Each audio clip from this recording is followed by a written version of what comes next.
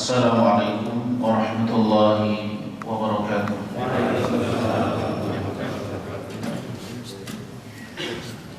Alhamdulillah. Alhamdulillahilladzi hadana li hadza wa ma kunna linahtadiya laula an hadana Allah. Asyhadu an la ilaha illallah wahdahu la syarika lah wa asyhadu anna Muhammadan 'abduhu wa rasuluh.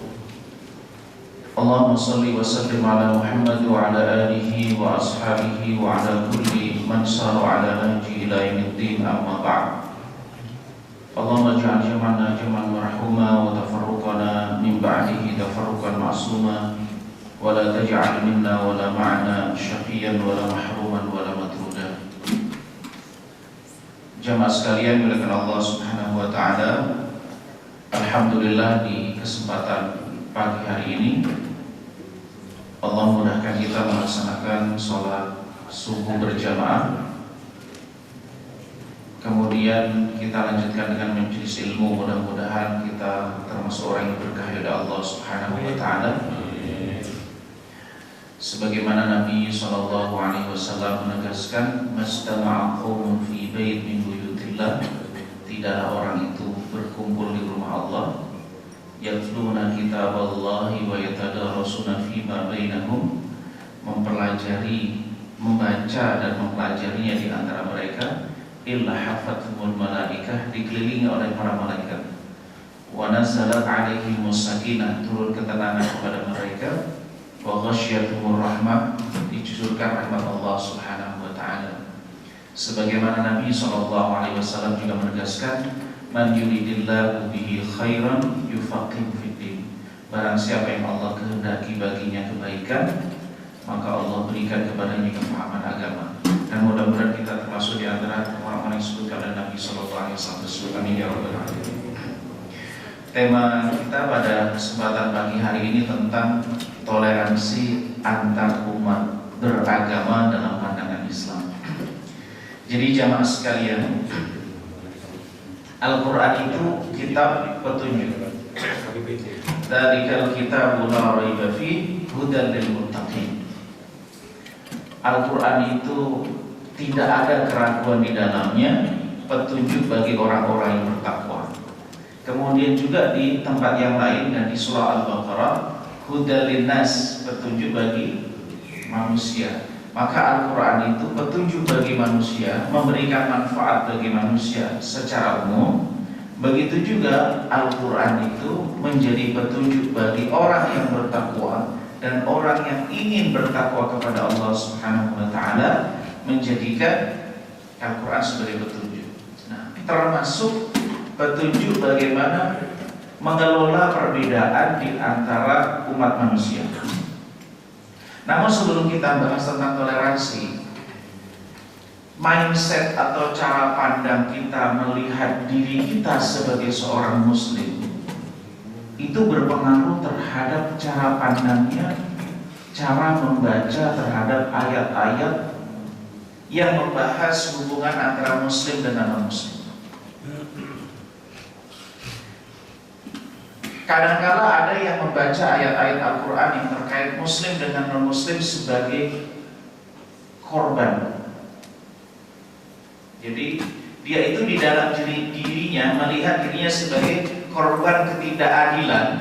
Itu akan berbeda dengan orang yang melihat ayat Al-Quran, dia seorang muslim sebagai orang yang subjek. Maka kalau kita akan melihat ayat-ayat berhubungan dengan muslim, kita rentetkan dari ujungnya, bahwa setiap muslim itu memiliki tugas besar untuk mengelola alam semesta ini. Sebagaimana ini pesan yang sangat mendasar. Inna aradna al-amanata 'ala samawati wal ardi wal jibal fa abaina an yahmilnaha wa ashfaqna minha wa hamalaha al-insan innahu kana zaluman jahula. Sesungguhnya amanat ini kami tawarkan kepada langit, kami tawarkan kepada bumi, kami tawarkan kepada gunung. Fa abaina an yahmilnaha, mereka tidak sanggup untuk membawa amanah ini. Wa hamalaha al-insan, lalu diberikan wa ashfaqna minha, minta belas kasihan tidak diberikan kepada mereka, supaya tidak diberikan kepada mereka. Wa hamalaha al-insan, amanah ini diberikan kepada manusia. Apa amanah itu? Perintah dan larangan menurut para ulama tafsir. Begitu juga ayat wa idh qala rabbuka lil malaikati inni ja'ilun fil ardi khalifah. Dan ingatlah ketika Rabbmu berkata kepada para malaikat, aku menjadikan di manusia ini di muka bumi ini adalah khalifah. Kemudian juga firman Allah Subhanahu wa taala, qul man harrama zinatallahi allati akhraja li'ibadihi wa thayyibati minar rizq qul hiya lil ladzina amanu fil hayatid dunya khalisatan yaumal qiyamah. Katakan, siapa yang mengharamkan zinatullah. Zinatullah itu adalah sesuatu yang menarik dari alam semesta ini, dari yang ada di muka bumi ini, dari kehidupan dunia ini, yang Allah ciptakan untuk hambanya. Untuk hambanya siapa? Yang beriman. Khalisatan yaumal qiyamah. Jadi alam semesta ini Allah Subhanahu wa taala peruntukkan hambanya orang yang beriman berserta dengan mereka yang tidak beriman. Artinya hakikatnya Allah ini mengamanahkan dunia alam semesta ini kepada hamba-hambanya yang beriman agar apa? Mereka mengelola alam semesta ini sesuai dengan kehendak Allah. Sebagaimana juga Allah Subhanahu wa taala tegaskan, walaqad karramna bani adama wa hamalnahum fil barri wal bahr wa razaqnahum minat thayyibat wa faddalnahum ala katsirin mimman khalaqna tafdila. Sungguh kami telah muliakan anak Adam. Wa hamalnahum fil barri wal bahr. Kami angkut mereka, berikan mereka fasilitas. Di mana? Fil barri wal bahr. Di daratan dan di lautan. Itu fasilitas yang Allah berikan. Wa razaqnahum minat thayyibat. Dan kami berikan mereka rezeki yang terbaik. Wa faddalnahum ala katsirin mimman khalaqna tafdila. Dan kami berikan mereka kelebihan atas makhluk-makhluk yang lainnya. Maka kalau kita hubungkan ayat ini, maka orang-orang yang beriman, orang-orang yang menyambut seruan Allah Subhanahu wa taala harus menyikapi alam semesta dengan segala perbedaannya, termasuk adalah perbedaan muslim dengan non-muslim, beriman dengan tidak beriman. Itu adalah pertama, itu sebagai kenyataan yang ada. Tetapi karena kita mendapatkan amanah, maka orang muslim harus mampu mengelola segala macam dinamika yang ada di alam semesta ini. Berbeda dengan kalau kita ini sebagai objek realita, bahwa misalnya kita tertindas, kita dizalimi, kita sebagai korban, maka kita akan melihat ayat-ayat yang berhubungan dengan non-muslim, maka kita berangkat dari rivalitas, berangkat dari permusuhan. Maka cara kita membaca, berinteraksi dengan Al-Quran itu kadang-kadang dipengaruhi juga oleh cara pandang kita terhadap diri kita sebagai seorang muslim. Kalau kita merasa sebagai korban atas ketidakadilan, atas kenyataan alam semesta yang terjadi saat ini, maka seringkali kita membaca Al-Quran dengan semangatnya rivalitas permusuhan. Tapi berbeda bila kita membacanya bahwa dari ujung sampai akhir, bahwa kita ingin mendapatkan amanah untuk mengelola alam semesta ini sesuai dengan kehendak Allah Subhanahu wa taala, maka otomatis di antara pesan itu adalah mengelola mereka yang berbeda dengan kita. Maka semangat kita adalah perbedaan itu, bagaimana kita mengelola perbedaan itu sebagaimana kehendak Allah Subhanahu wa taala, tidak berangkat dari semangat rivalitas. Rivalitas itu ada ketika ada kasus. Nah, maka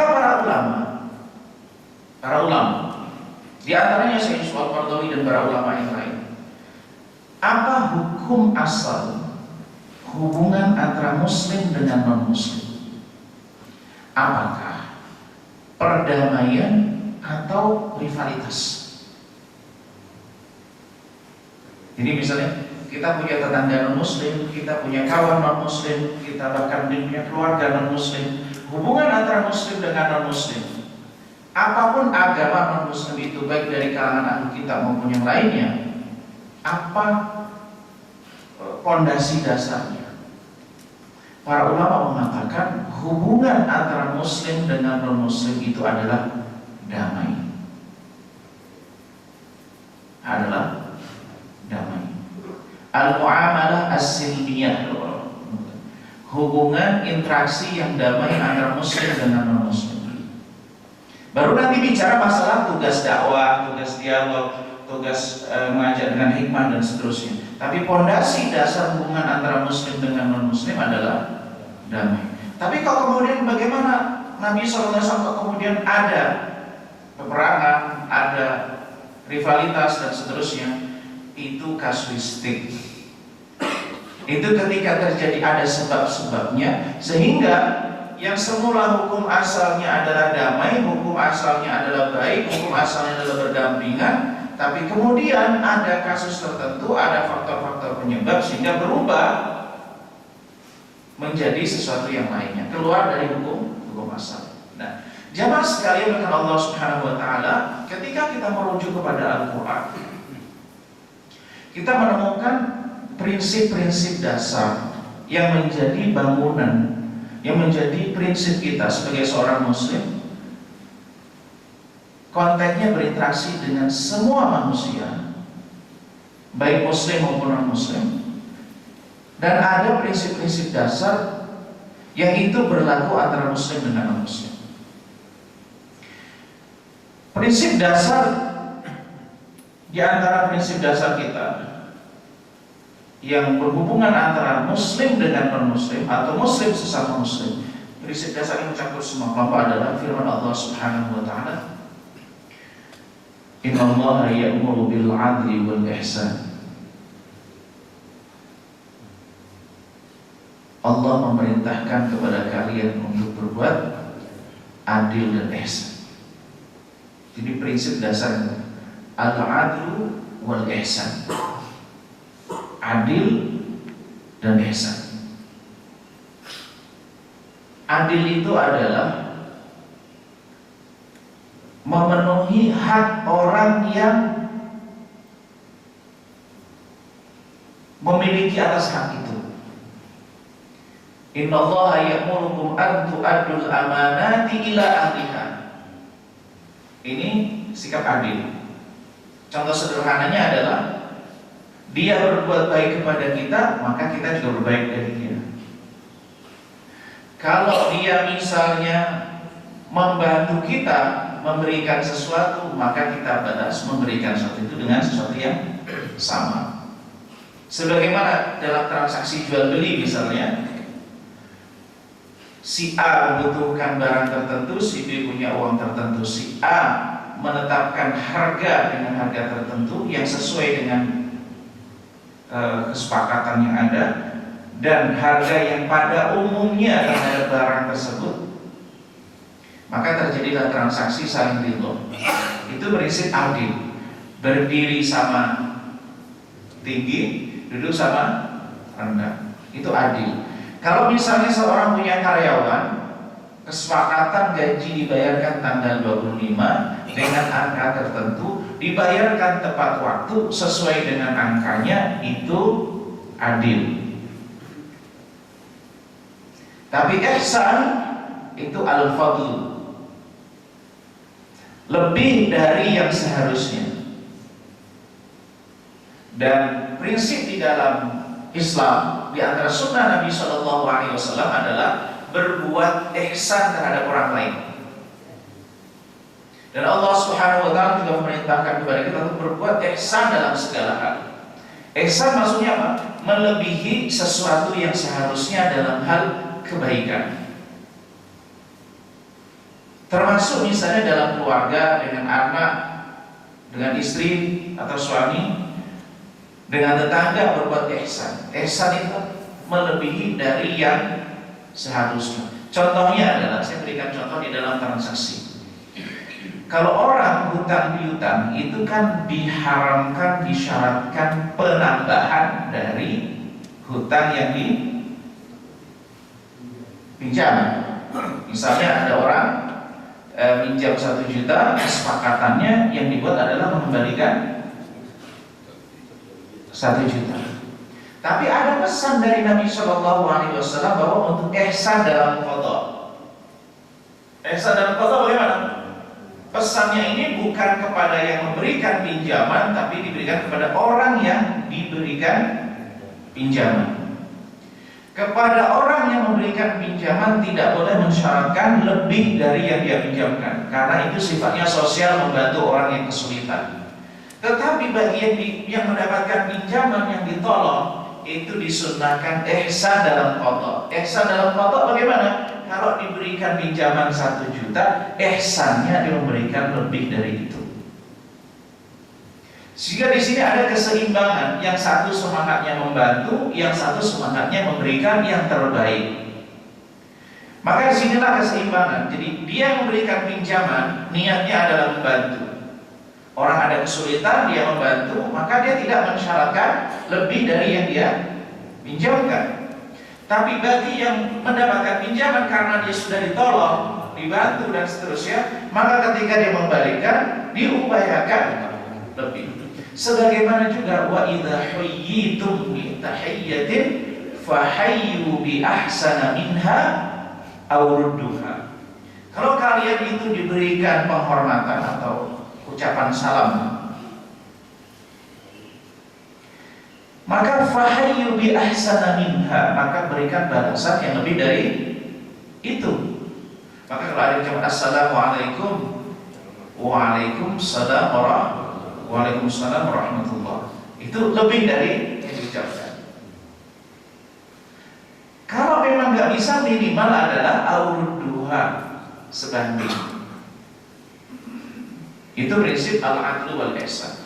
Dan ini berlaku bagi muslim maupun non-muslim.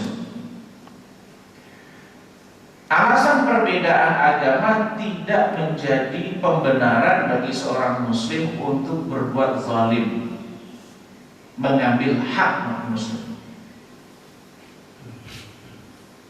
Perbedaan agama tidak bisa dijadikan pembenaran bagi seorang muslim untuk menzalimi tetangganya, kerabatnya, atau apapun yang dia berbeda agama. Bahkan ketika seorang anak yang dilahirkan dari rahim wanita yang berbeda agama, anak itu harus memberikan hak orang tuanya. Wa sahibhuma fid dunya ma'ruf. Maka pergaulan dengan mereka dengan cara yang ma'ruf.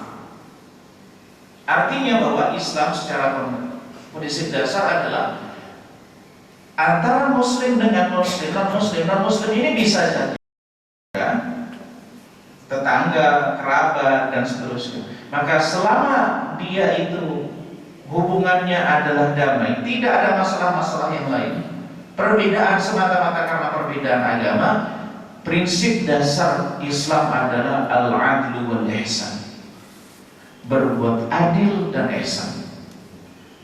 Bisa jadi di antara mereka itu adalah orang tua, bisa jadi dia itu adalah tetangga, bisa jadi itu adalah tamu. Bahkan di dalam Islam mengajarkan kepada kita menempatkan sesuatu pada tempatnya. Contohnya apa? Musuh. Kalau dia itu sedang bertamu, ya nggak boleh kemudian musuh itu ketika bertamu menggunakan kesempatan itu untuk mencelakakan musuh. Maka duta utusan, bahkan ini sebelum Islam, itu nyawanya dilindungi. Bahkan itu kesepakatan sebelum Islam, di dalam Islam, bahwa aib orang Arab dulu pada masa Islam itu sangat-sangat menjaga yang namanya kehormatan. Berkhianat itu aib yang besar. Maka kalau ada utusan lawan, misalnya duta, kemudian dia datang untuk kepentingan tugasnya, ya dia itu dijaga nyawanya, dilindungi. Bahkan di dalam Islam ada yang namanya zimmah. Zimmah misalnya ini, ada permusuhan dengan satu negara tertentu atau wilayah tertentu atau kelompok tertentu, Mari kita bayangkan situasi di masa dulu yang berbeda dengan situasi sekarang yang sudah ditentukan oleh negara. Tapi itu bisa dibawa dalam konteks kenegaraan. Misalnya saya punya kawan, itu di negara yang bermusuhan dengan negara kita misalnya. Atau ini adalah negara Muslim misalnya, di sana negara ada musuh, dia bermusuhan, lawan. Tapi kemudian dia mau datang, saya menjamin keamanan dia. Saya sebagai seorang Muslim menjamin kepada, saya nyatakan saya menjamin dia, maka tidak boleh seorang Muslim pun yang lain ketika mendapati non Muslim dijamin oleh saudaranya sebagai seorang saudara yang Muslim untuk dilindungi, maka tidak boleh diganggu. Maka ketika Rasulullah SAW, dan ini ada pada masa jahiliyah, ketika Rasulullah SAW keluar dari Mekah untuk dakwah ke Taif, untuk balik lagi kan sulit, nggak bisa. Maka Nabi minta kayak suaka ya, perlindungan dari kabilah-kabilah, suku, kepala suku. Maka Nabi SAW, kepala suku itu banyak yang menolak untuk memberikan perlindungan kepada Rasulullah SAW. Ada seorang namanya Mut'im bin Adi, yang dia itu memberikan perlindungan dengan 9 putranya, mengawal Rasulullah SAW masuk ke kota Mekah sampai Rasulullah masuk dalam rumah. Ini setelah Khadijah meninggal, setelah Abu Thalib meninggal, yang lalu Rasulullah SAW ke Taif untuk berdakwah.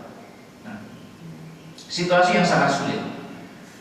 Ketika Mut'im bin Adi ini datang ke kota Mekah dengan 9 putranya, mengawal Rasulullah SAW masuk, ditanya oleh Abu Sufyan, engkau ini memberikan jaminan atau ikut dengannya? Maksudnya ikut agama Muhammad SAW. Kata Mut'im, saya menjamin keamanannya, bukan sebagai pengikutnya. Maka kemudian Abu Sufyan mengatakan, saya jamin orang yang kau jamin. Ini yang kemudian dikukuhkan dalam Islam. Dikukuhkan dalam Islam bahwa Muslim itu amanah, tidak berkhianat. Maka kalau ada seorang non-Muslim mendapatkan jaminan keamanan dari saudaranya sesama Muslim, maka dia dilindungi, tidak boleh Muslim yang lainnya menyentuhnya, mengganggunya, dan seterusnya. Dan itu bagian dari al-adlu wal ihsan, adil dan ihsan. Maka terkait dengan tetangga, terkait dengan keluarga, terkait dengan semuanya, prinsip Islam adalah al-adlu wal ihsan. Kemudian berikutnya, ketika seseorang itu Muslim sebagai orang yang memiliki kekuasaan, memiliki otoritas, lalu ada non-Muslim yang berada di bawah otoritas dia, firman Allah Subhanahu wa ta'ala, innallaha ya'murukum an tu'addul amanati ila ahliha wa idza hakamtum bainan nasi an tahkumu bil 'adl. Sesungguhnya Allah merintahkan kepada kalian untuk menunaikan amanah kepada orang yang berhak, dan apabila engkau memutuskan perkara di antara manusia, kalau manusia ini kan bisa jadi Muslim dengan Muslim, Muslim dengan non-Muslim, laki-laki dengan perempuan, kerabat dengan pihak yang lain. Tapi agama memberikan fondasi dasar, wa idza hakamtum bainan nas an tahkumu bil 'adl, memutuskan perkara dengan cara yang adil. Dan memutuskan perkara yang adil itu bagaimana? Berdasarkan pembuktian, berdasarkan fakta persidangan. Maka Nabi SAW itu pernah mengatakan kepada 2 orang sahabat, bisa jadi salah satu di antara kalian itu al-hana bi hujjatihi, lebih pintar ngomongnya, lebih pandai berargumentasi, sehingga saya memutuskan perkara memenangkan dia, padahal dia sebenarnya tidak berhak. Padahal dia tidak berhak. Maka kalau dia tahu itu dia mengambil hak saudaranya, maka jangan diambil, karena sesungguhnya saya ini sedang memberikan kepada dia qit'ah minan nar, bagian dari api neraka. Maksudnya bagaimana? Hakim itu memutuskan perkara berdasarkan pembuktian. Bisa jadi orang yang salah itu lebih pandai berhasil membuktikan seakan-akan dia yang benar. Maka dalam hal ini terkait dengan konteks muslim dengan non-muslim, bisa jadi salah satu di antara mereka itu memenangkan persidangan karena mampu menghadirkan pembuktian, sedangkan yang punya hak yang benar tidak mampu menghadirkan pembuktian. Meskipun misalnya dia muslim tapi dia gak berhak, lawannya non-muslim tapi dia berhak, dan dalam pembuktian persidangan dia yang berhak, maka wa idza hakamtum bainan nasi an tahkumu bil adl, maka apabila kau memutuskan perkara dengan adil. Ini berarti pesan ayatnya itu orang beriman memutuskan perkara bukan sebagai objek, sebagai korban, tapi melihatnya juga sebagai orang yang mengelola dinamika yang ada ini. Cara pandangnya seorang muslim, dia mengelola, yang dia kelola itu muslim dengan non-muslim. Tentu dia juga harus mengelola segala dinamika dan perbedaan di antara umat manusia ini. Maka kita sebagai seorang muslim, cara pandang ketika baca Al-Qur'annya bukan hanya sebagai korban ketidakadilan gitu. Kalau korban tidak keadilan, kita akan melihat sebagai perspektifnya negatif terus. Nah, itu prinsip yang menjadi dasar muslim dengan non-muslim, berlaku secara umum. Kemudian berikutnya, ayat yang menjadi dasar yang berhubungan dengan muslim dengan non-muslim adalah toleransi. Ada beberapa ayat yang menjadi dasar toleransi antar umat beragama. Di antaranya surah yang kita semuanya sudah menghafalnya adalah lakum dinukum waliyati, bagimu agamamu dan bagiku agamaku. Kalau kita rujuk pada sejarah, di antara ulama yang menyebutkan tentang sebab turunnya ayat ini kan termasuk surah di Makkiyah, Pak ya? Surah yang turun di masa Rasulullah SAW belum hijrah ke Madinah atau Yathrib. Artinya ayat ini berupaya untuk mendialogkan, menunjukkan bagaimana muslim itu berinteraksi dengan non-muslim dengan situasi yang ada di Yathrib, di Mekah pada waktu itu. Ketika Rasulullah SAW mendakwahkan agama Islam, yang dakwahnya itu bertentangan dengan mainstream masyarakat Mekah pada waktu itu, terjadilah gejolak. Dan gejolak itu muncul dari kalangan elit, karena dakwah yang dibawa oleh Rasulullah itu menggoyang otoritasnya.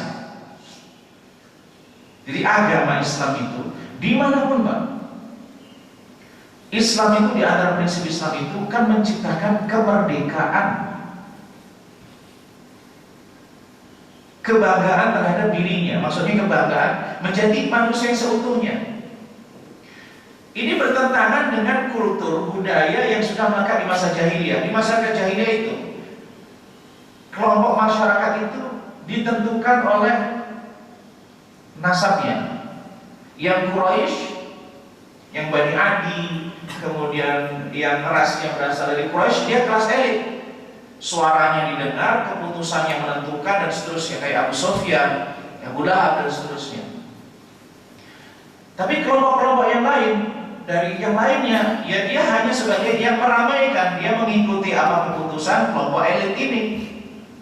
Ya kayak Abu Sufyan dan seterusnya. Abu Bakar itu bukan termasuk kelompok elit, tapi kelompok intelektual.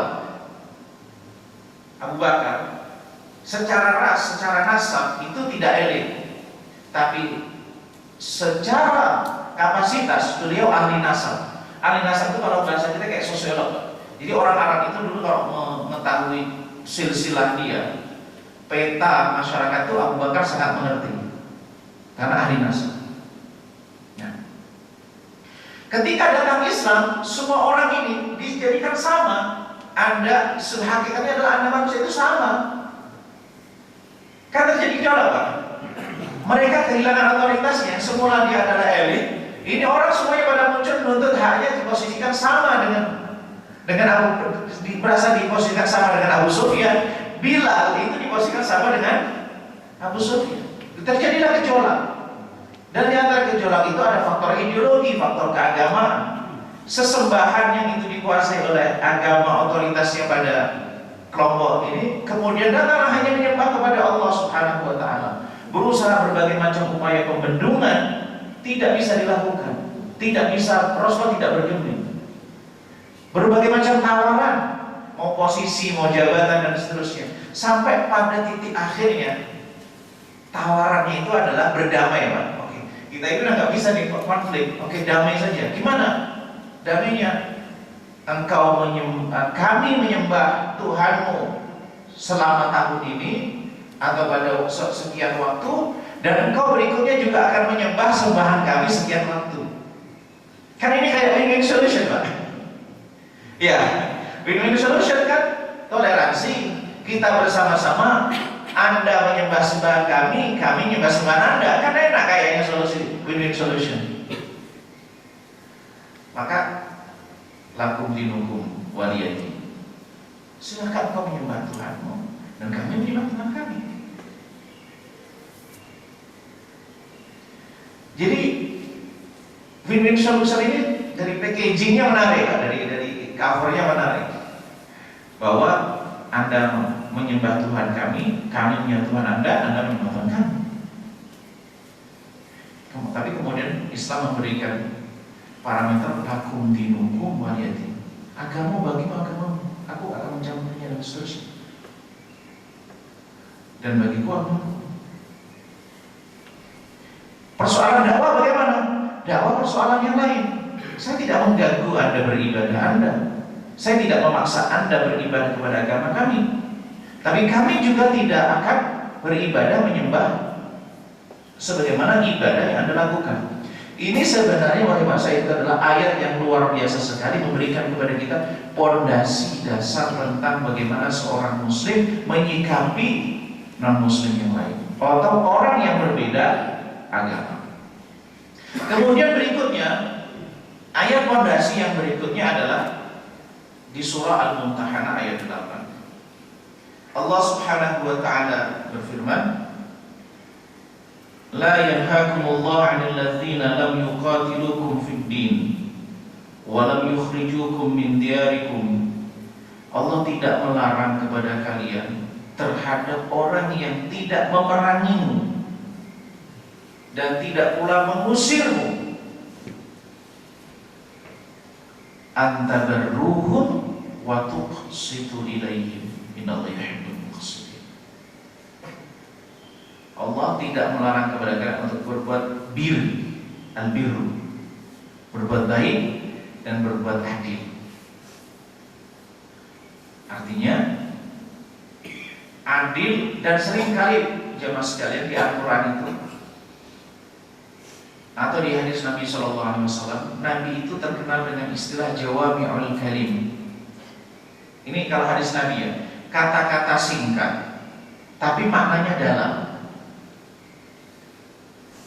Maknanya dalam. Itu juga ada di dalam Al-Quran. Termasuk ayat antabarruhum wa tuqsitu ilaihim. Berbuat baik kepada mereka dan berbuat adil. Ini kayak umum dan khusus juga, Pak. Di antara berbuat baik itu ya adil. Di antara berbuat baik itu adalah adil. Maka di antara bentuk perbuatan yang baik yang perlu menjadi perhatian seorang muslim dan non-muslim adalah berbuat adil terhadap mereka. Hadis yang Nabi SAW mengatakan kullu ma'rufin shadaqah, setiap kebaikan itu sedekah. Sampai orang, mohon maaf, ini misalnya nuangkan, kalau mungkin ada acara nuangkan minum ke gelas. Oke, semuanya pegang gelas, kemudian dinuangkan keliling gitu, Pak. Itu termasuk sedekah. Kata-kata yang baik sedekah, termasuk tidak dibatasi kepada muslim maupun non-muslim. Wa fi bud'i ahadikum shadaqah. Setiap fisikal itu punya sedekah. Bahkan setiap yang apa istilahnya, detak jantung Yang bernyawa itu ada sedekah. Bahkan kalau seseorang punya kebun, lalu ada burung yang makan tanaman dia, itu sedekah. Ini terhadap binatang, bagaimana terhadap manusia? Hadis Nabi SAW terkait toleransi nih Pak. Ini toleransi terhadap semua manusia. Idza tabakhtum maraqatan fa'akthir ma'aha wa ta'ahad 'ala jirani. Kalau kalian masak makanan, kalau bahasa kita sayur loh. Kalau orang Arab dulu ya, yang berkuah itu berarti kan ya daging yang berkuah. Maka perbanyaklah kuahnya.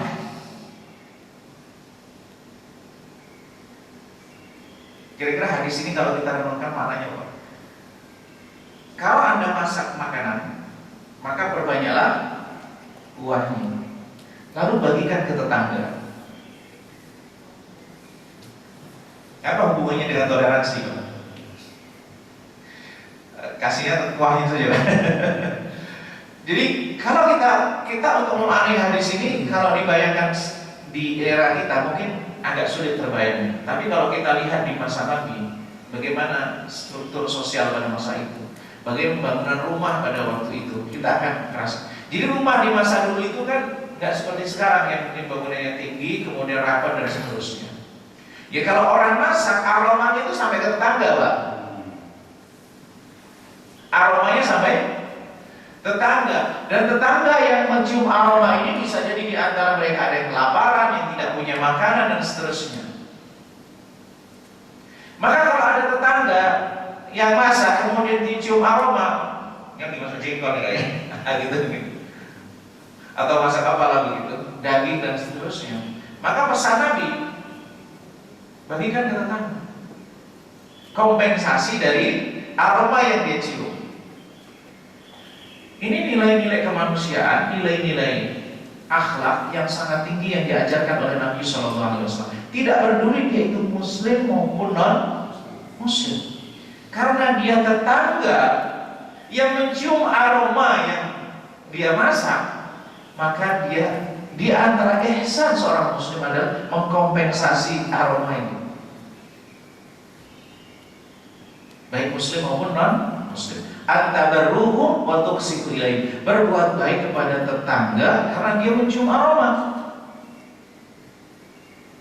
Tetapi innama yanhakumullah, tetapi Allah itu melarang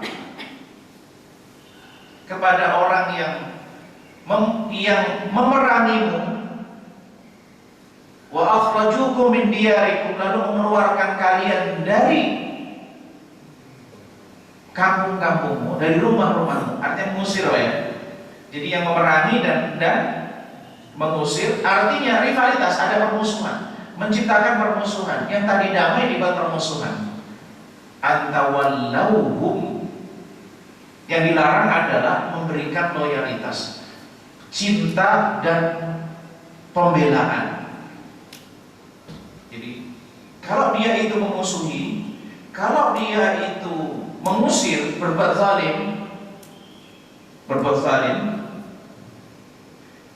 kepada siapapun dia itu berbuat zalim, mengeluarkan kita ini, maka dilarang oleh agama antawallauhum. Kalau bahasanya wala, bahasa agamanya dilarang berwala kepada mereka. Wala itu al-hubbu wan nusrah, cinta dan pembelaan. Aslinya boleh kita berbuat adil, berbuat kebaikan. Tapi kalau dia itu zalim, melakukan pelanggaran hukum, melakukan tindakan yang melampaui batas dan segala jenisnya, kita dilarang oleh agama memberikan pembelaan kepada mereka, condong kepada mereka. Ayat ini akan terasa kuat maknanya kalau kita pahami dengan struktur masyarakat Arab pada waktu itu. Pembelaan di masyarakat Arab pada waktu itu berdasarkan ras, berdasarkan warna kulit, berdasarkan suku, berdasarkan kabilah. Artinya bagaimana? Gambarnya adalah masyarakat itu ketika dia satu kabilah, non muslim maupun non muslim mengusir, karena dia satu kabilah maka saya bela. Itu yang dilarang oleh agama. Maka kalau kita lihat prinsip secara umum di dalam agama kita itu, di dalam Islam itu, nilai itu menempati posisi yang paling tinggi. Baru di bawahnya ikatan kekeluargaan, ikatan-ikatan yang lain. Tapi nilai itu di atas dari ikatan. Islam kan memerintahkan kepada kita silaturahim, menjaga kekerabatan. Islam juga menjaga kita hubungan baik sesama manusia. Islam juga memerintahkan kepada kita menjaga tolong-menolong dengan tetangga dan seterusnya. Hubungan itu oleh Islam diperintahkan untuk diperkuat. Artinya Islam tidak bertentangan dengan semangat kekerabatan, semangat kekeluargaan, semangat dengan tetangga, misalnya kita RT, RW dan seterusnya. Tetapi yang paling tinggi dari semua ikatan itu adalah nilai. Kalau berbuat zalim, melampaui batas oleh agama, dilarang antawallahum, membela mereka, dilarang memberikan pembelaan kecintaan kepada mereka. Kenapa? Apa basis masyarakat itu ada pesan begini? Karena di masyarakat Arab pada waktu itu pembelaan, al-hubbu wan nusra, wala, loyalitas itu berdasarkan kekabilahan, Pak. Apapun agamanya, apapun keyakinannya. Buktinya di mana? Ketika Rasulullah diboikot, Pak. Diboikot. Itu yang terkena boikot seluruh Bani Hashim, keluarga besar Rasulullah, baik mereka yang ikut Rasulullah maupun yang tidak, baik beriman maupun tidak beriman. Jadi kalau Rasulullah mau dibunuh, yang kita lihat peristiwa Rasul hijrah, kenapa orang-orang kafir Quraisy itu mengumpulkan pemuda dari berbagai macam suku Arab, kabilah Arab? Karena kalau yang mengeksekusi itu hanya dari satu kabilah, lalu berhasil membunuh Rasulullah, dia akan dibalas oleh Bani Hashim, keluarga besarnya Rasulullah. Maka supaya keluarga besar Rasulullah tidak bisa menuntut balas, nanti akan cukup dengan dia atau kompensasi harta. Maka dipilihlah pemuda-pemuda itu, campuran dari semua kabilah. Nggak mungkin Bani Hashim akan menuntut semua kabilah yang ada di Arab. Akhirnya solusinya bagaimana? Ini planningnya rencana mereka. Kalau berhasil membunuh, kan yang dimitigasi itu adalah Bani Hashim menuntut balas. Supaya nuntut balasnya nggak bisa, ya dari kumpulan pemuda dari semua suku. Nah, artinya apa? Artinya apa? Meskipun mereka tidak beriman kepada Rasulullah, mereka akan membela Rasulullah. Nah, kemudian prinsip berikutnya terkait dengan masalah hubungan dengan agama, dengan yang lain, larangan menghina dan mencaci sesembahan agama lain. Wala tasubbul ladzina yad'una min dunillah fayasubbullaha 'adwan bighairi 'ilm. Janganlah kalian mencaci sesembahan orang-orang yang menyembah selain Allah. Kenapa? Karena kalau itu dilakukan, mereka akan membalas. Mencaci, mengejek-ejek Allah Subhanahu wa ta'ala. Ini juga hampir sama, Pak, dengan hadis yang lain. Seseorang itu dilarang mencaci ayahnya. Sahabat kaget, gimana Rasulullah, seseorang kok bisa mencaci ayahnya? Seseorang itu mencaci ayah orang lain, maka orang lain itu akan mencaci ayahnya. Jadi termasuk pencegahan. Jadi karena hal itu bisa memicu terjadinya konflik, hukum asalnya adalah tidak boleh kita mencaci sesembahan agama orang lain. Tapi bagaimana kalau dialog? Ya dialog silakan. Rasulullah SAW itu berdialog dengan Yahudi, Rasulullah SAW berdialog dengan orang kafir Quraisy, Rasulullah SAW juga berdialog dengan orang Ahlul Kitab. Tapi kalau kemudian dialog itu mentok, ada 3 ayat yang membahas dialog antara Rasulullah dengan Ahlul Kitab. Kalau itu kemudian mentok, ya dia dengan keputusannya kita lana a'maluna wa lakum a'malukum. Bagi kami amal kami, bagi kalian amal kalian. karena nanti kita semuanya akan kembali kepada Allah, nanti Allah yang menentukan.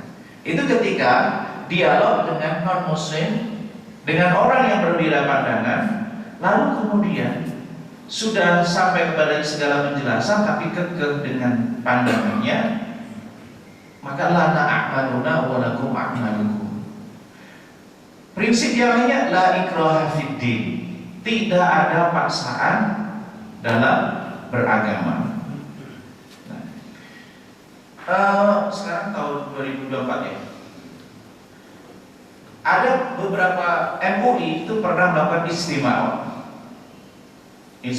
Ulama ke-8 2024 membahas tentang prinsip-prinsip hubungan antar agama. Ada beberapa prinsip yang tadi saya sebutkan. Di antaranya prinsip dalam hubungan interaksi dengan agama itu disebutkan di dalam Istimewa Ulama Fatwa MUI yang ke-8 tahun 2024. Poin pembahasannya adalah prinsip-prinsip hubungan antar beragama. Di antaranya masalah toleransi. Umat muslim dengan non-muslim boleh bekerja sama, berkolaborasi dalam hal muamalat, bukan dalam hal ibadat. Ini kayak begini. Berkolaborasi, bekerja sama, tolong menolong, saling membantu dalam wilayah apa? Muamalat, perkara duniawi, transaksi jual beli, gotong royong, bersihkan fasilitas dan seterusnya, itu silakan, tidak ada masalah. Termasuk dalam pengelolaan negara dan seterusnya, itu tidak menjadi masalah. Muslim dengan muslim bekerja sama dalam sifatnya muamalat. Tapi muslim dengan non-muslim tidak berkolaborasi dalam hal yang sifatnya ibadat. Contohnya apa? Apa yang kita anggap sebagai ibadat, yang mereka tidak masuk dalam wilayah itu. Apa yang mereka anggap ibadat, kita tidak masuk dalam wilayah mereka. Atau apa yang kita anggap sebagai ibadat, ya kita tidak, mungkin di wilayah agama yang lain itu bukan ibadah, tapi pandangan bagi kita itu adalah ibadah, maka kita tidak masuk dalam wilayah itu. Jadi apa yang kita anggap itu sebagai ibadah, mereka tidak masuk. Apa yang kita anggap mereka ibadah bagi mereka, kita tidak masuk dalam wilayah mereka. Atau mereka bisa jadi tidak menganggapnya sebagai ibadah, tapi kita menilainya bagi agama kita dari ibadah, kita juga tidak masuk. Jadi berkolaborasi, bekerja sama, bukan penyeragaman. Tidak semuanya diseragamkan. Maka ada beberapa poin yang dibahas itu terkait masalah di Istimewa Ulama tentang toleransi, dan lainnya adalah prinsipnya adalah hubungan antara sesama muslim itu toleransi, memberikan mereka ruang untuk melaksanakan keyakinannya dan ibadahnya. Kita tidak melibatkan diri dalam hal itu, dan bekerja sama dalam hal yang sifatnya duniawi. Nah, ada beberapa fatwa yang dimunculkan itu terkait dengan ucapan selamat dengan perayaan agama yang lain, salam lintas agama. Itu yang dibahas dalam istimewa tersebut. Poin yang disampaikan, keputusannya adalah ucapan selamat perayaan agama lain bukan toleransi, bukan bagian dari toleransi. Maksudnya bagaimana? Ini perlu di hukum mengucapkan selamat terhadap perayaan agama yang lain, memang ulama berbeda pendapat. Perbedaan pendapat ini kalau didetailkan lagi, redaksinya seperti apa? Nah itu perlu menjadi ini. Kalau ulama lazim memperbolehkan, sebagian ulama ini tidak memperbolehkan. Tapi kalau perayaan, ikut perayaan agama ulama, ikut perayaan agama umat lain, para ulama sepakat itu nggak boleh. Kemudian yang kedua, sekarang ada salam lintas agama. Pernah tahu ya, salam lintas agama, fatwa Majelis Ulama, terutama di Komisi Fatwa yang istimewa pada yang ke-8 memutuskan salam lintas agama bukan bagian dari toleransi. Maksudnya bagaimana? Kalau orang tidak mengucapkan selamat agama lain bukan berarti dia nggak toleransi gitu loh. Kalau dia tidak mengucapkan salam lintas agama bukan berarti tidak toleransi. Begitu juga sebaliknya, kalau orang mengucapkan salam lintas agama bukan berarti dia itu toleransi. Artinya salam lintas agama bukan bagian dari toleransi. Nah, dalam hal ini kemarin itu sempat agak perbedaan pandangan antara Majelis Ulama dengan Kementerian Agama. Jadi struktural dari Kementerian Agama semangatnya salam lintas agama itu sebagai bagian dari core yang di. Tapi saya coba cek apakah ada keputusan dan seterusnya, ternyata nggak ada keputusan tertulis secara resmi terkait masalah itu. Tapi yang membela banyak begitu. Alasannya apa? Maslahat katanya. Tapi maslahat kalau bertentangan dengan prinsip agama termasuk maslahat yang ghair mu'tabarah, maslahat yang tidak dianggap. Maslahat itu ada 3, Pak. Maslahat itu ada yang selaras dengan agama, namanya maslahat mu'tabarah, maslahat tidak dianggap agama. Contohnya ini, Pak, kayak pengeras suara. Ini masalah nggak ada di zaman Nabi. Maslahat mu'tabarah. Belajar kita pakai ini maslahat mu'tabarah. Yang kedua maslahat mulghat, maslahat yang bertentangan dengan agama. Judi online ada maslahatnya enggak? Rokok ada maslahatnya. Apalagi khamr ada maslahatnya. Tenaga kerja apa? Tapi maslahat itu bertentangan dengan agama. Agama melarang itu, maka maslahatnya dikatakan mulghat, maslahat yang tidak dianggap oleh agama. Yang ketiga maslahat mursalah, masalah yang tidak diatur oleh agama tapi ada baiknya. Nah, agama nggak memerintahkan, nggak melarang, tapi secara fakta itu memberikan manfaat, maka itu boleh dalam agama. Nah, itu gambaran tentang beberapa poin yang terkait dengan interaksi dengan agama. Mungkin ini dapat saya sampaikan. Kalau ada sesuatu yang tanyakan sama saya. Assalamualaikum warahmatullahi wabarakatuh. Assalamualaikum warahmatullahi wabarakatuh. Menarik sekali ini pembahasan tadi hari ini. Ya, kalau kita kembali pada Quran, jadikan kita berada di dari munafikin. Adalah Al-Quran itu adalah wajib dipahami dan wajib dimani. Kalau tidak mengikuti berarti kafir. Setuju ya? Kemudian tadi masalah toleransi. Toleransi ini kalau misalnya kemaslahatan diberikan. Surat Ali Imran 28 dan surat Ali Imran 118. Kita bersahabat dengan orang Muslim karena dia berbaik dengan orang Muslim, Yahudi dan sebagainya. Itu dilarang. Memilih pemimpin non Muslim dilarang. Bagaimana kaitannya dengan toleransi yang tadi? Ini hal yang prinsip. Banyak sekali terjadi kontradiksi, gitu kan?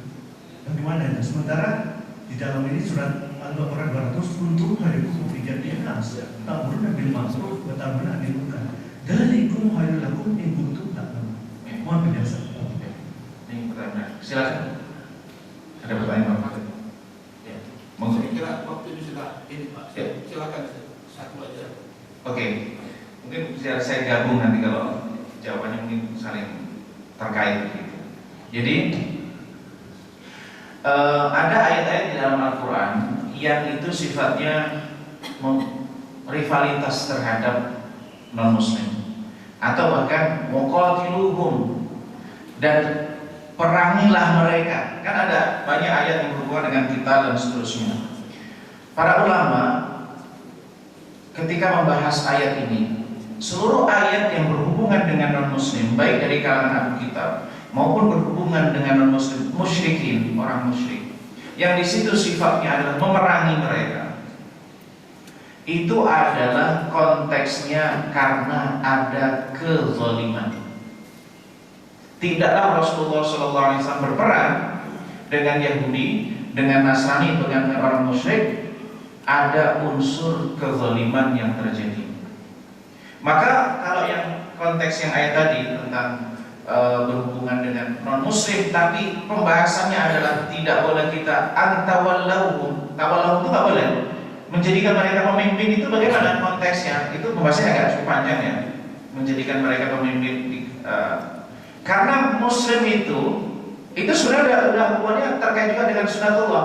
Kenapa Muslim itu tidak boleh menjadikan non-Muslim sebagai pemimpin? Karena pemimpin bagi seorang Muslim bukan hanya konteks manajerial. Karena bagi seorang Muslim itu, bagi pemimpin bagi seorang Muslim itu adalah dia, seorang Muslim pemimpin itu, dia yang diikuti, dia tauladannya, dia bertanggung jawab duniawi dan ukhrawi seorang Muslim. Jadi kalau kita itu pemimpin, begini kita pilih itu, idealnya apa? Kita bicara ideal. Pemimpin kita itu adalah pemimpin yang akan mendatangkan kepada kita kemaslahatan duniawi dan ukhrawi. Maka bagaimana mungkin pemimpin itu akan mengarahkan kepada kita untuk kemaslahatan duniawi dan ukhrawi sedangkan dia. Tapi kalau diperpanjang lagi nanti mungkin ini agak lebar. Bagaimana hukumnya menteri non-Muslim? Itu di Al-Ahkam As-Sultaniyah diperbolehkan pemimpin dalam pengertian departemen kayak kementerian dan seterusnya dan non-Muslim boleh nggak? Diperbolehkan. Al-Wizarah kementerian di Al-Ahkam Sultaniyah Al-Imam Al-Mawardi itu diperbolehkan karena dia sifatnya apa? Dia pemimpin lembaga yang sifatnya muqayyadah. Muqayyadah itu apa? Muqayyadah itu terikat. Jadi dia menjalankan satu manajemen, itu dia sudah terikat dengan SOP, dengan aturan-aturan. Maka apabila didelegasikan kepada non-Muslim itu diperbolehkan. Itu diperbolehkan, misalnya kayak kementerian dan seterusnya, departemen itu diperbolehkan. Nah, kembali lagi yang tadi sifatnya semua ayat-ayat tadi yang berhubungan dengan non-Muslim lalu ada unsur sisi rivalitas, permusuhan dan seterusnya, itu ada dua kemungkinan, ada mereka melakukan kezaliman atau rata-rata adalah kafirnya harbi. Padahal dalam Islam itu laki-laki boleh menikahi wanita non-Muslim, laki-laki boleh menikahi wanita ahlul kitab. Bagaimana mungkin seorang suami menikahi wanita dan dia tidak berbuat baik terhadap istrinya? Boleh para sahabat menikahi wanita dari kalangan ahlul kitab, di antaranya Abdurrahman bin Auf, istrinya dari ahlul kitab, yang kemudian disuruh oleh Umar bin Khattab untuk menceraikan karena khawatir laki-laki Muslim nanti lebih milih ahlul kitab sehingga wanita Muslimah tidak ada yang menikahi. Artinya kalau dia boleh menikahi wanita ahlul kitab non-Muslim, ahlul kitab ya, khusus ahlul kitab, berarti dia kan harus berbuat baik, menafkahi, memberikan kasih sayang dan seterusnya. Artinya begitu. Nah, tapi kalau ada permusuhan itu yang tidak diperkenankan. Maka konteksnya begitu. Jadi kalau ada peperangan sebagaimana peperangan Rasulullah SAW, maka itu konteksnya adalah ada kezaliman, ada pengingkaran, ada pengkhianatan, ada pelanggaran terhadap kesepakatan dan janji-janji tersebut. Contohnya misalnya Yahudi di Madinah karena melanggar kesepakatan piagam Madinah. Mungkin ini dapat saya sampaikan. Kaidahnya begitu. Wallahu a'lam bishawab. Mudah-mudahan menjawab. Kita tutup dengan kemarahan majlis. Subhanallah wa bihamdihi. Asyhadu an la ilaha illa anta astaghfiruka wa atubu ilaik. Assalamualaikum.